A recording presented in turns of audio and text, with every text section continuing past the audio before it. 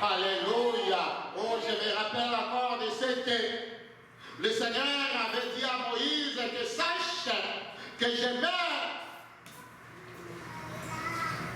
de l'intelligence et de la sagesse au milieu de mon peuple pour concrétiser l'œuvre que le Seigneur leur avait demandé de faire, de bâtir l'arche de l'Éternel. Ce Dieu-là est puissant, il est en train de mettre parmi nous, à la jeunesse, des talents, la sagesse, l'intelligence pour accomplir des grandes choses. Bien-aimés dans le Seigneur, vous qui hésitez encore d'envoyer vos enfants, vous les jeunes, qui traînez encore de prendre place pour servir l'Éternel, sachez-le que vous faites mal. Le Seigneur voudrait que vous puissiez être utile. Chacun de nous puisse être utile dans son œuvre. Alléluia. Et avant de commencer, bien-aimés, comme Papa Thierry le disait à l'intercession, les Québécois disent que sur le bon soleil, je vais profiter. Un bon été, je vais profiter. Nous également, nous allons profiter pour annoncer la bonne nouvelle pendant cette période, car notre jouissance est de voir la bonne nouvelle du Seigneur être annoncée, prêchée partout à travers le monde. Notre jouissance est de voir les âmes guéries, sauvées, venir au Seigneur. Voilà pourquoi, bien-aimés dans le Seigneur, nous allons reprendre l'habitude d'avoir nos cartes d'invitation, mais aussi évangéliques, pour distribuer, et le Seigneur lui-même mettra à nous des paroles que nous allons évangéliser. Alléluia. Et il y aura certainement certaines organisations que nous allons faire. Je pense que l'officiant du jour reviendra avec plus de précision dans les communiqués pour voir comment est-ce que nous pouvons maximiser de ce temps de l'été pour annoncer plus la bonne nouvelle. Moi-même, je me réjouis car j'avais une invitation pour me déplacer d'urgence à Kinshasa. Et je me disais que Seigneur, pendant cet été, c'est le moment agréable pour annoncer la bonne nouvelle. Voilà que je dois me rendre urgemment. Mais gloire à Dieu, parce qu'il y a des jours, cette invitation vient d'être changée pour me dire que ça sera deuxième moitié du mois d'août. Je me dis gloire à Dieu. Cela va nous aider à continuer l'œuvre du Seigneur. Alléluia.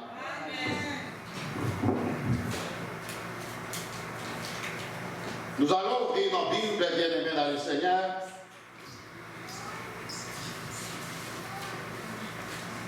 Et nous allons lire des passages.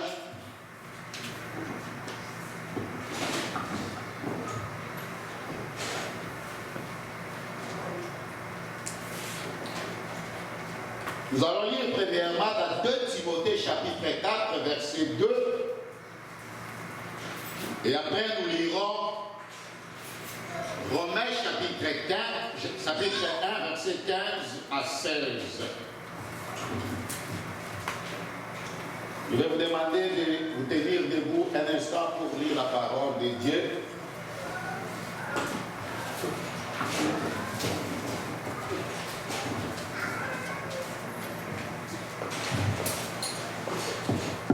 Nous lisons dans 2 Timothée chapitre 4, verset 2.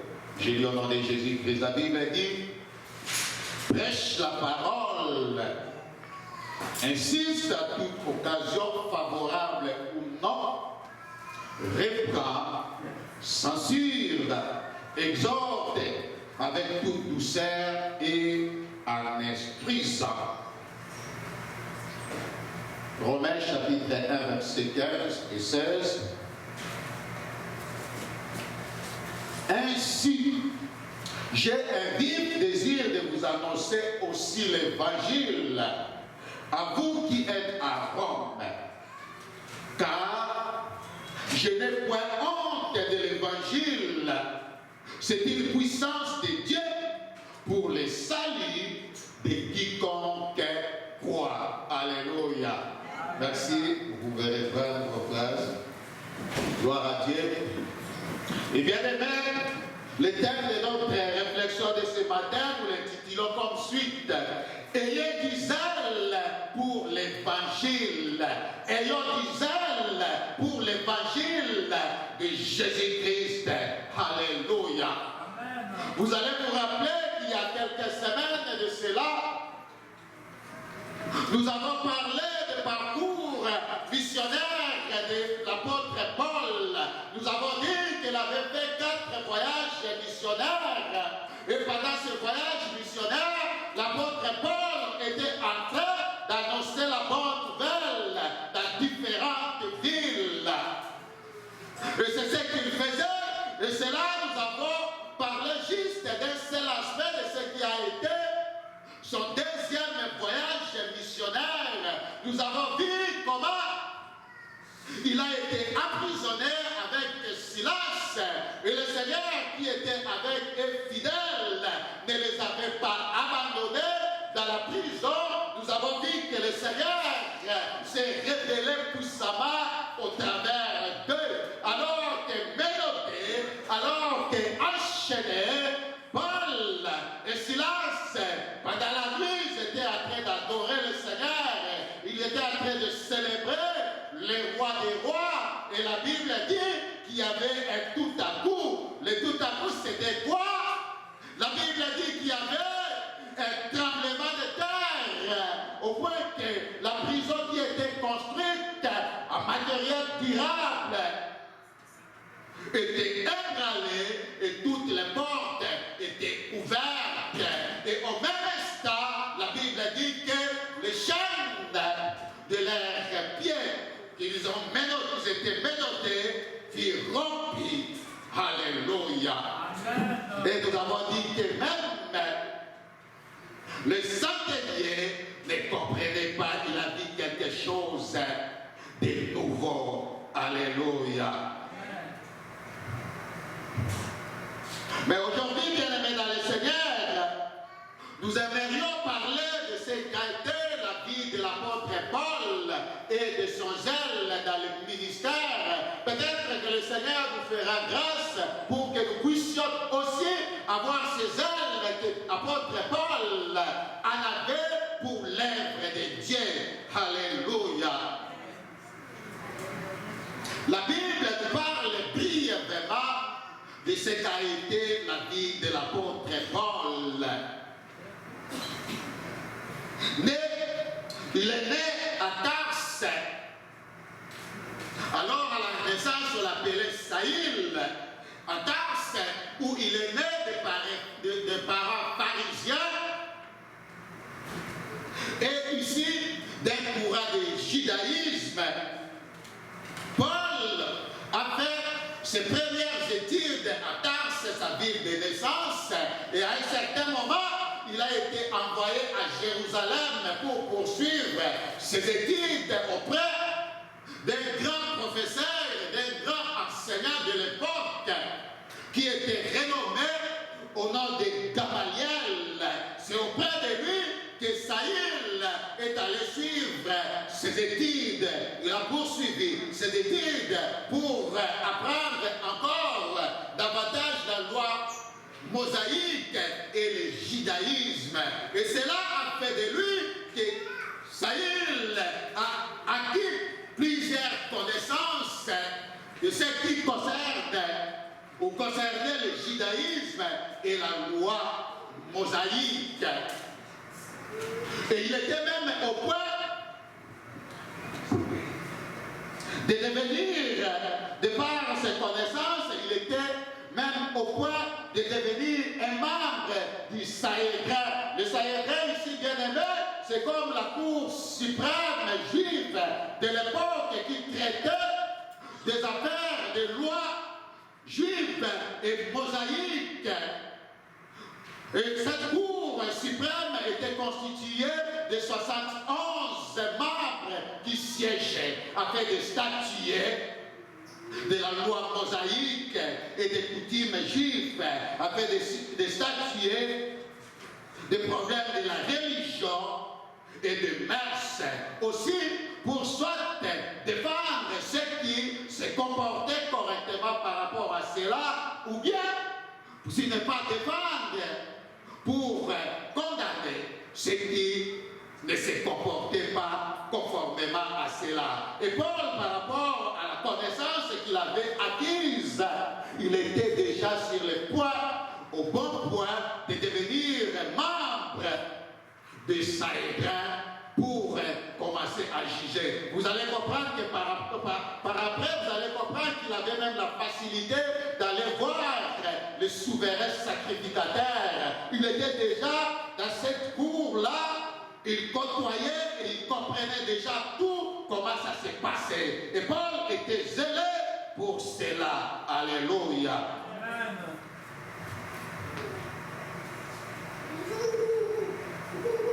C'est suite à la connaissance acquise que Saül avait du zèle pour chercher à réprimander, à étouffer toute autre religion qui viendrait, qui parlerait contrairement à ce que lui connaissait de la loi mosaïque et du judaïsme. Il était sans pitié pour lui, il pensait servir le Seigneur. Voilà pourquoi il s'est mis avec zèle de poursuivre partout les disciples de Jésus-Christ pour soit les emprisonner, pour soit joindre sa voix pour le meurtre des uns. Vous allez vous rappeler même qu'à la mort d'Étienne, la Bible dit que lui, Saül, avait joint sa voix pour la mort d'Étienne. Et il était encore jeune, il gardait même les vêtements de ceux qui les lapidaient. Pour lui, pour Saül, c'était une bonne chose. Saül croyait qu'il était en train de servir le Seigneur. Oh, bien-aimés dans le Seigneur, combien aujourd'hui ne font pas de l'ignorance comme Saül l'était? Combien ne sont pas en train de maltraiter les uns et les autres à cause d'une quelconque religion? Nous entendons parler que certains s'entretuent même à cause de la religion, ignorants et aveugles qu'ils sont, croyants qu'ils sont en train de servir le Seigneur, alors que le Seigneur ne prend pas plaisir à des choses pareilles. C'est ainsi que Saül était zélé pour défendre la loi mosaïque et le judaïsme. Il était prêt, il matraquait, il emprisonnait et il amenait à emprisonner tous ceux qui s'élevaient et tous ceux qui parlaient de la nouvelle doctrine de Jésus-Christ. Alléluia. C'est pourquoi vous comprendrez que dans Actes chapitre 9, si vous lisez le premier verset et le deuxième, écoutez ce qui a été à Saül, parce que lui ne voyait que ça, comment réprimander tout cela qui parlait de la nouvelle doctrine de Jésus-Christ. Actes chapitre 9, versets 1 et 2, la Bible dit ceci: Saül respira encore la menace et le meurtre contre les disciples du Seigneur. Et il s'est rendu chez les souverains sacrificateurs. Je disais tout à l'heure que le souverain sacrificateur était comme le magistrat suprême. Lui avait la facilité de se rendre là-bas. Il s'est rendu auprès des souverains sacrificateurs et il lui demanda de l'aide. Pourquoi? Pour qu'il se rende à Damas, dans les synagogues qui étaient à Damas, afin que s'il trouve des partisans de la nouvelle doctrine, que ce soit hommes ou femmes, qui les amènent liés, amenés, capturés à Jérusalem pour faire la prison. Alléluia. Amen. Mais bien aimé, dans le Seigneur, comme je le disais tantôt, ce qui nous intéresse aujourd'hui, c'est beaucoup plus voir sa vie et comment est-ce qu'il s'est converti à christianisme, comment il a commencé à servir avec zèle. C'est de cela qui nous intéresse ce matin. La Bible dit, toujours dans Actes où nous lisons 9, dans les chapitres 3 et 4, la Bible dit que comme il était en chemin et qu'il approchait de Damas où il allait pour torturer bien sûr, pour capturer et amener captif à Jérusalem, il y a eu encore un tout à coup. La Bible dit, tout à coup, une lumière venant du ciel resplendit autour de lui. Il tomba à terre et il entendit une voix qui disait, Saül, Saül, pourquoi me persécutes-tu? Saül, Saül, pourquoi me persécutes-tu? Alléluia. Amen. J'aimerais dire à quelqu'un ici que Saül, de part déjà de naissance, n'était pas païen, étant né juif, grandi et élevé selon les coutumes juives. Saül, ce qu'il faisait, pour lui, c'était sans doute, il faisait bien. Il servait Dieu en persécutant et en mettant à mort les partisans de la nouvelle doctrine de Jésus-Christ. Alors qu'en réalité, ce qu'il faisait n'était pas la volonté de Dieu. C'est pourquoi nous disons qu'il agissait comme un aveugle et un ignorant. Alléluia. Pour lui, il respirait que la persécution et le meurtre pour le disciple de Jésus-Christ. Combien parmi nous aujourd'hui ne font pas comme Saül, peut-être ignorants, ils sont en train de persécuter le Seigneur Jésus-Christ. Rappelez-vous que nulle part que Saül a été en contact comme ça avec Jésus-Christ pour le persécuter. Mais à chaque fois, ou toutes les fois qu'il le faisait, soit pour taire la voix qui s'élevait pour annoncer la bonne nouvelle, il persécutait indirectement le Seigneur Jésus-Christ. Nous également, il nous arrive de temps en temps que nous persécutons le Seigneur sans le savoir, alors que nous sommes enfants de Dieu. Saül, comme je le disais, n'était pas païen, né de parents juifs. Il connaissait la loi mosaïque.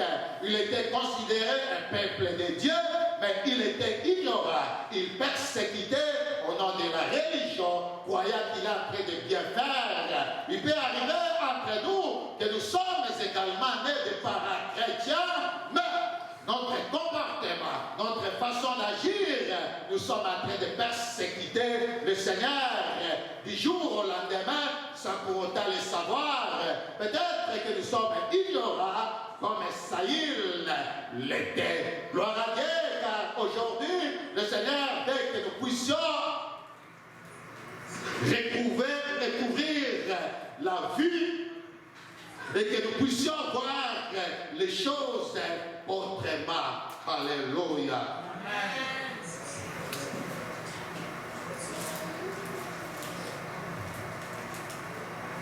Quand bien même qu'aujourd'hui, bien-aimés dans le Seigneur, nous sommes en train de dire des Saül aveugles et ignorants. En réalité, Saül n'était pas né aveugle. En réalité aussi, Saül n'était pas ignorant. D'ailleurs, nous l'avons dit tantôt qu'il a fait ses études auprès d'un grand professeur, le plus renommé de l'époque, où il a appris plusieurs choses. L'ignorance ou l'aveuglement dont nous parlons ici, c'est spirituel. Alléluia. Quand bien même que Saül avait les yeux, mais il ne pouvait pas voir pour comprendre que ceci n'est pas bon. Quand bien même qu'il avait étudié auprès d'un grand professeur de l'époque, mais Saül n'était pas à mesure de distinguer le bien du mal, raison pour laquelle, pour lui persécuter ou même tuer, tout ce qui s'élevait, tout ce qui parlait de la nouvelle doctrine de Jésus-Christ, c'était normal. C'est pour dire que ce n'est pas seulement nos diplômes collégiaux ou universitaires qui nous rendent sages ou intelligents. Ce n'est pas seulement parce que nous avons les yeux que nous pouvons voir et discerner que ceci est bon ou mauvais.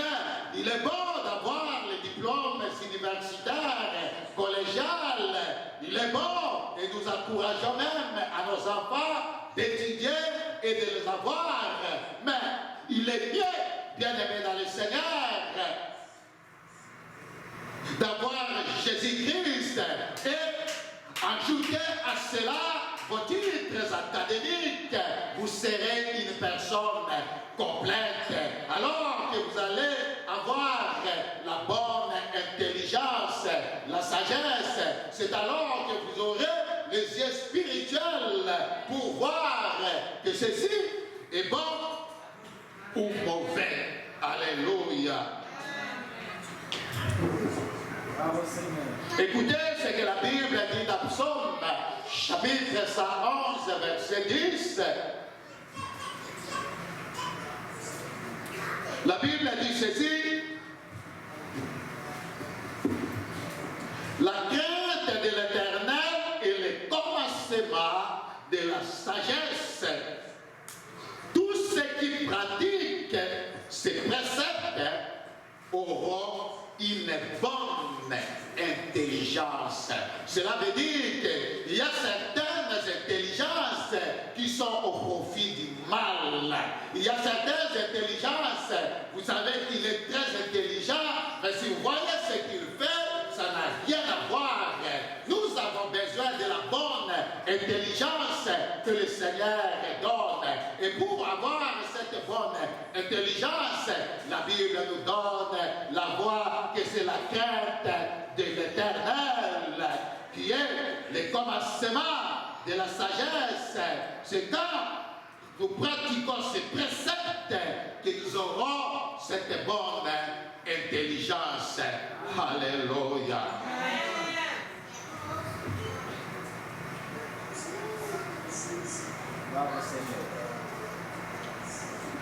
Pour voir, bien aimé, et avoir l'intelligence, on doit croire au Seigneur Jésus-Christ et marcher dans la crainte, c'est-à-dire avoir horreur au péché. C'est alors que le Seigneur va se révéler encore à nous. Nous serons intelligents et sages. Quel que soit l'âge que tu peux avoir, tu vas prendre une parole devant les aînés et les gens s'étonnent de la sagesse et de l'intelligence qui sont à toi. Voilà pourquoi beaucoup s'étonnaient des apôtres de voir quelle intelligence et sagesse. Et puis beaucoup d'autres disaient que ce sont des peuples qui n'avaient pas d'instruction, mais ils s'étonnaient. Quelle intelligence et sagesse qui sortait de la bouche de ces apôtres, de ces disciples.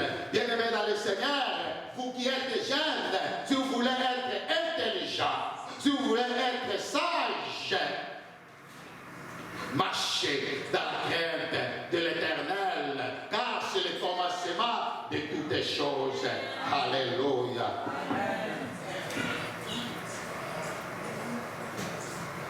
Bravo Seigneur. Ce n'est que ça, Saül a rencontré le Seigneur Jésus-Christ, que ses yeux s'étaient ouverts et qu'il a eu l'intelligence divine. Alléluia. Écoutez ce que la Bible dit toujours dans Acte 9, Le verset 8 dit ceci. Saül se éleva de terre, et quoique ses yeux fussent ouverts, il ne voyait rien. Alléluia. Voyez-vous bien aimé que Saül avait les yeux ouverts. Il se releva de terre. Après la lumière qu'il avait frappée, il était tombé par terre. Et il a cherché l'orientation du Seigneur, en se relevant, il ne voyait rien. La Bible ne dit pas qu'il avait fermé les yeux étaient ouverts, mais il ne voyait rien. Alléluia. Oui, bien-aimés, plusieurs aujourd'hui ont les yeux grandement ouverts, mais ils ne voyaient pas. Voilà pourquoi nous tombons chaque fois et plusieurs fois, parce que nous sommes aveugles spirituellement. Nous devons avoir les yeux spirituels pour voir. Ce matin, je crois que le Seigneur va nous ouvrir les yeux de l'esprit pour que nous puissions voir. Alléluia. Amen.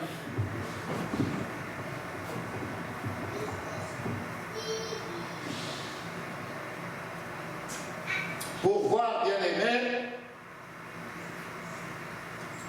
et avoir le renouvellement de l'intelligence, comme nous venons de le dire, il y a des étapes à franchir. Nous allons nous inspirer des étapes que Saül avait passées et nous allons essayer de nous conformer à cela. Vous allez vous rendre compte que le Seigneur va vous donner, vous allez commencer à mener une vie différente de ce que vous avez commis il y a de cela. La Bible dit, pour voir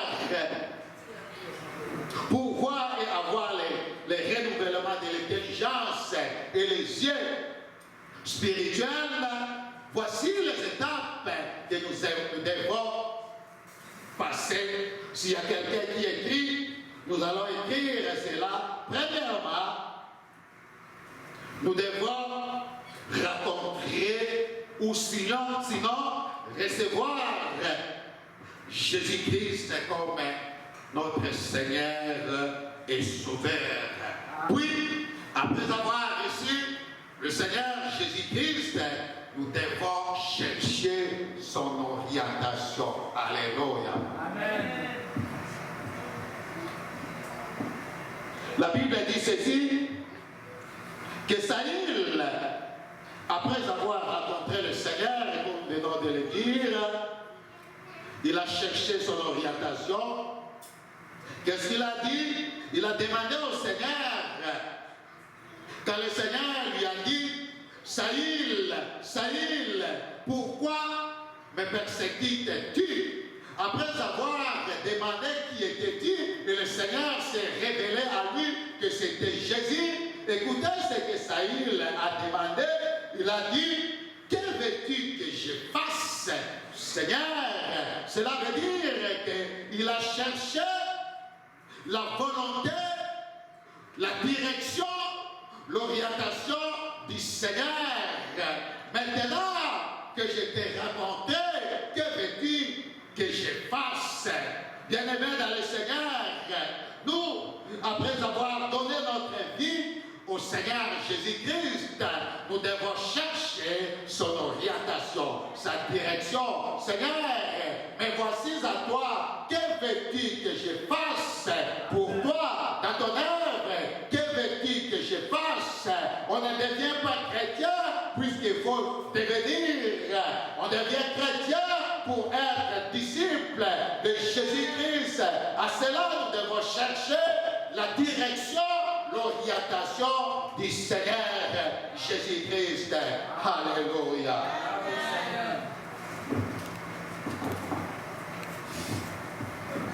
Et deuxièmement, bien-aimé dans le Seigneur, après avoir donné sa vie au Seigneur et cherché l'orientation, deuxièmement, nous devons nous rendre compte et reconnaître que sans Jésus-Christ, nous sommes aveugles et nous sommes ignorants. Alléluia. Et après avoir reconnu cela, nous devons demander l'aide du Seigneur. La Bible dit que Saïl, quand il s'est relevé, il s'est rendu compte que quand bien même qu'il avait les yeux ouverts, il était aveugle, il ne voyait pas. Nous devons nous rendre compte, bien-aimés dans le Seigneur, que sans Jésus-Christ, nous devons nous rendre compte et reconnaître que nous sommes nuls, nous sommes aveugles, nous sommes sans intelligence. Nous devons nous rendre compte de cela et après nous rendre compte, nous allons demander de l'aide à Dieu pour qu'il puisse nous aider. Alléluia. Et troisièmement, bien-aimés, nous devons demander à Dieu de se révéler à nous. Alléluia. Amen.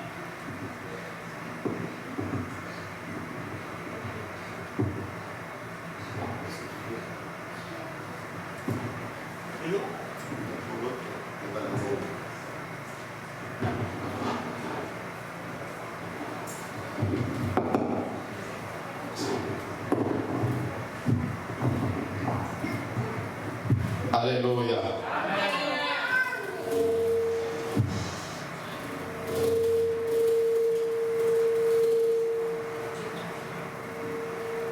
Je disais, troisièmement, nous devons demander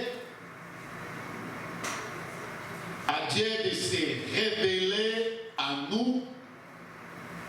Et pour cela, bien-aimés, nous devons nous approcher de lui par des moments de jeûne et de prière, rentrer dans son intimité et demander à Dieu d'ouvrir nos yeux spirituels pour que nous puissions voir les choses autrement, pas comme nous les voyions avant. Alléluia.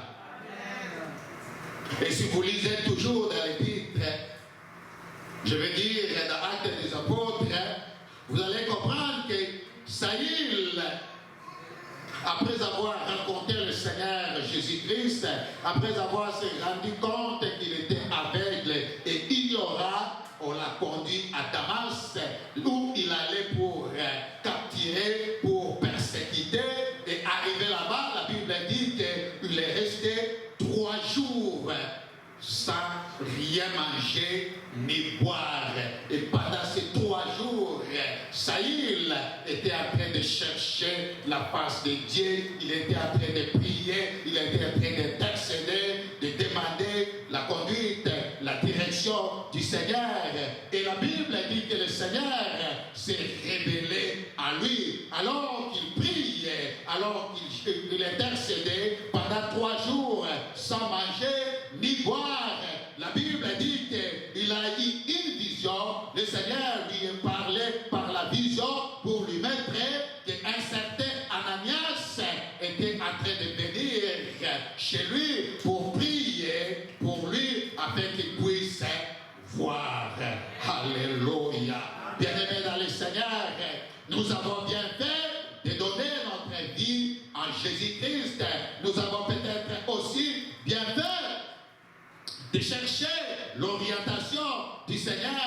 Nous avons aussi peut-être bien fait de reconnaître que sans Jésus-Christ, nous sommes aveugles et ignorants, mais aussi nous devons nous montrer que nous avons besoin que le Seigneur puisse s'approprier de nos vies, que nous avons besoin de le chercher. Saïl a tout de suite là gêné 3 jours sans manger ni boire pendant la période pendant laquelle il était en train de prier, il était en train de pleurer la direction, la faveur de Dieu.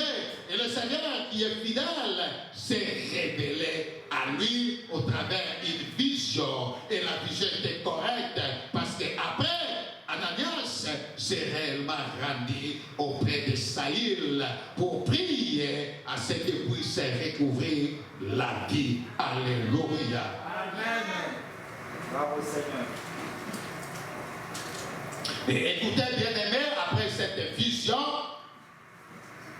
troisième jour, le Seigneur est allé parler à Ananias pour lui dire, va à tel endroit, à la rue qui s'appelle la droite, chez un certain Simon, vous trouverez Saül de Tarse.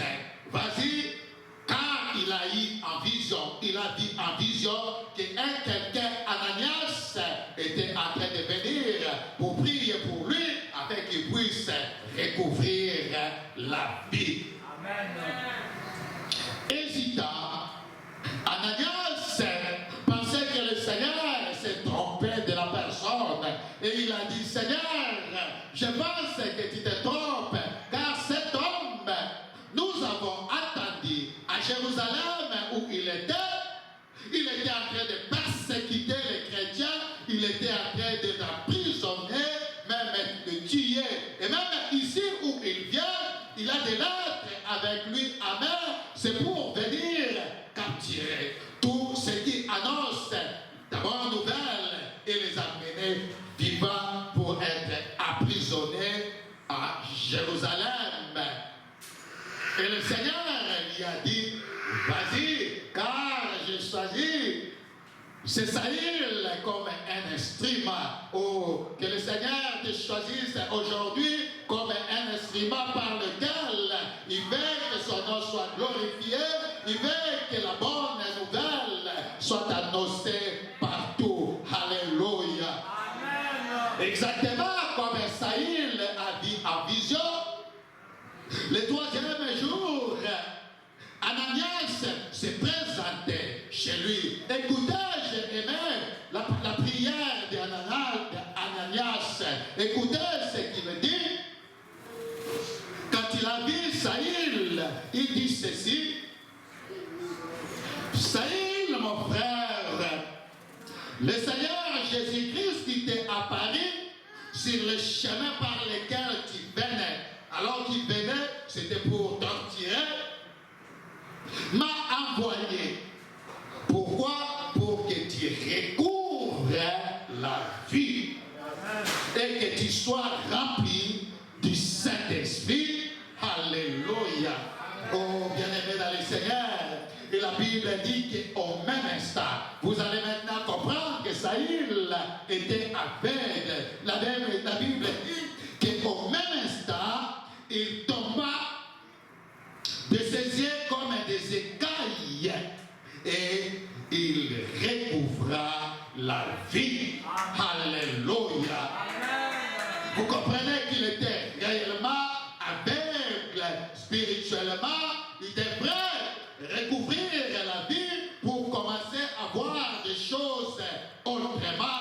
C'est ainsi que les écailles tombent de ses yeux et au même instant, Saül n'était plus le même Saül que les gens ont connu. Saül pouvait exactement voir tel que le Seigneur veut qu'il puisse voir. Saül pouvait maintenant avoir l'intelligence divine, la vraie que nous avons lue, la vraie intelligence qui vient du Seigneur et se comporter maintenant comme un homme. Ajouter à cela ces titres académiques, il était devenu un homme complet.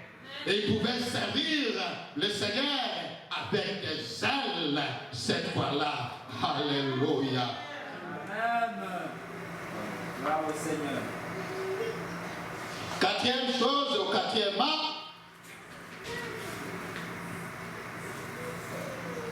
c'est être rempli du Saint-Esprit, sinon être baptisé du Saint-Esprit. Alléluia.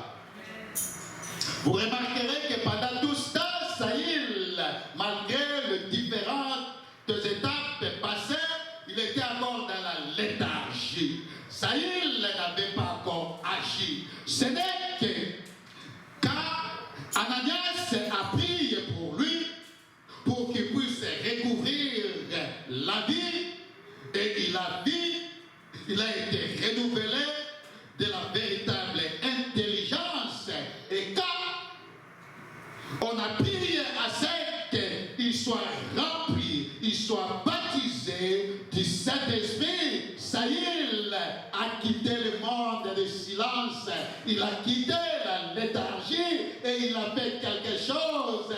Oh Seigneur, sois béni. Ananias dit que le Seigneur Jésus-Christ qui t'a apparu sur le chemin par lequel tu venais m'a envoyé pour que tu puisses voir et que tu sois rempli du Saint-Esprit. Pourquoi cela, bien-aimé?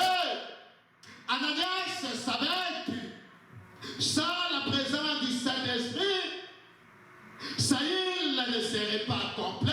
Quelque chose lui manquerait. Bien-aimé dans le Seigneur, c'est le Saint-Esprit qui vient nous donner l'esprit de force, qui enlève la peur, qui enlève la crainte.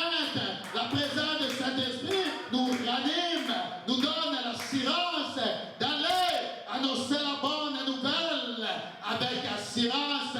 Pendant tout ce temps, Saül ne pouvait pas encore le faire. Ce n'est qu'après avoir reçu cette puissance, cet pouvoir de Saint-Esprit, Saül a quitté le monde de Silas. Oh, ce matin, bien-aimés dans le Seigneur, que vous soyez remplis par la puissance divine, la puissance de Dieu, que le Saint-Esprit vienne sur chacun de nous, que nous puissions quitter la léthargie, que nous puissions quitter le monde de silence pour annoncer la bonne nouvelle de Jésus-Christ. Bien-aimés dans le Seigneur, cela est vrai, cela est véritable, car le Seigneur Jésus-Christ lui-même, vous comprendrez qu'avant de quitter, là nous sommes dans Actes chapitre 1, avant de quitter ses apôtres, c'était même la dernière parole que le Seigneur avait dit à ses apôtres. Avant de quitter, c'est dans Actes chapitre 1, je pense que le verset 8, je ne sais pas si quelqu'un, le verset 8,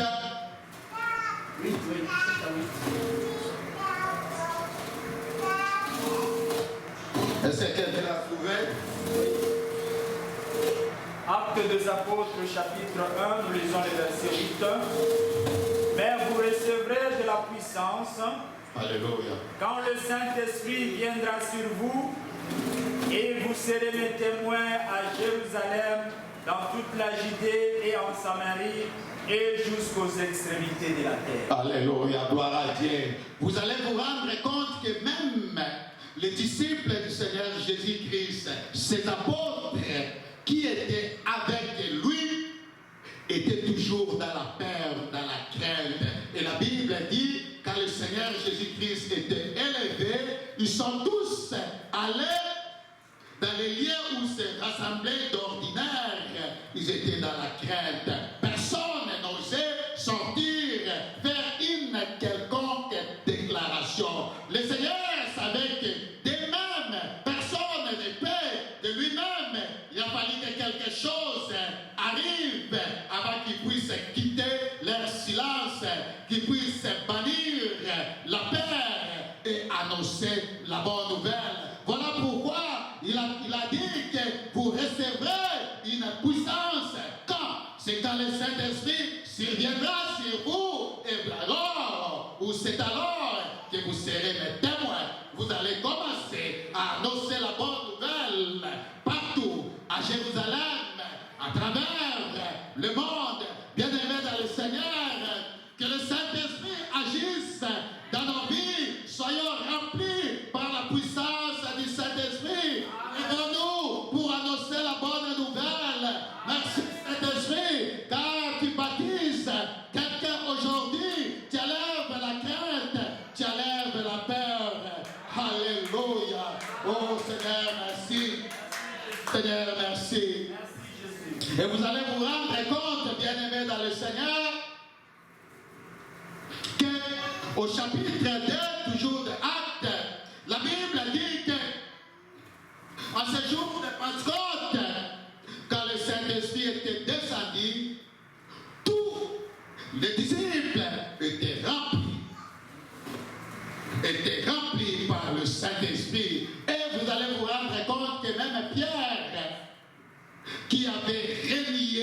Jésus-Christ, à cause de la peur, on risque aussi de croire que j'étais le sien, on risque peut-être de me lapider.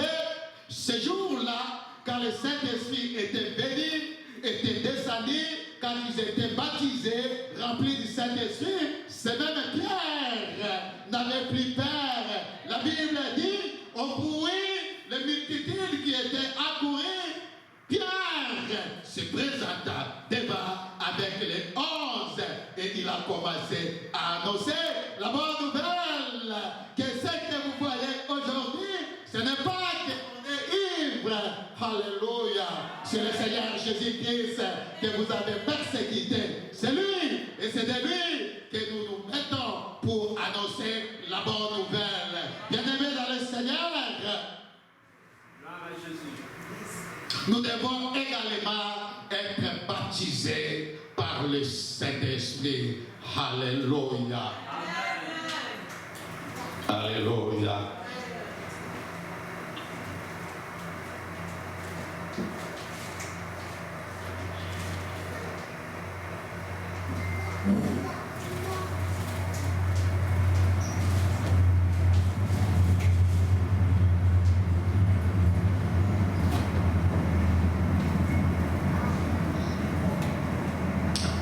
Ce matin, bien-aimés dans le Seigneur, il est question pour ceux qui ne l'ont pas encore reçu, ne le connaissent pas, les différentes étapes que nous venons de dire, c'est premièrement recevoir Jésus-Christ comme Seigneur